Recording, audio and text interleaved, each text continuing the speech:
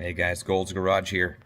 I got a GM 4.3 liter, and this thing's been misfiring under load. And I'll show you a reason why here. Distributor, a little too loose, I'd say. So, get a new one stabbed in it, or to run like a champ. Much better. Much better. Also guys, always mark your distributor when you take it off.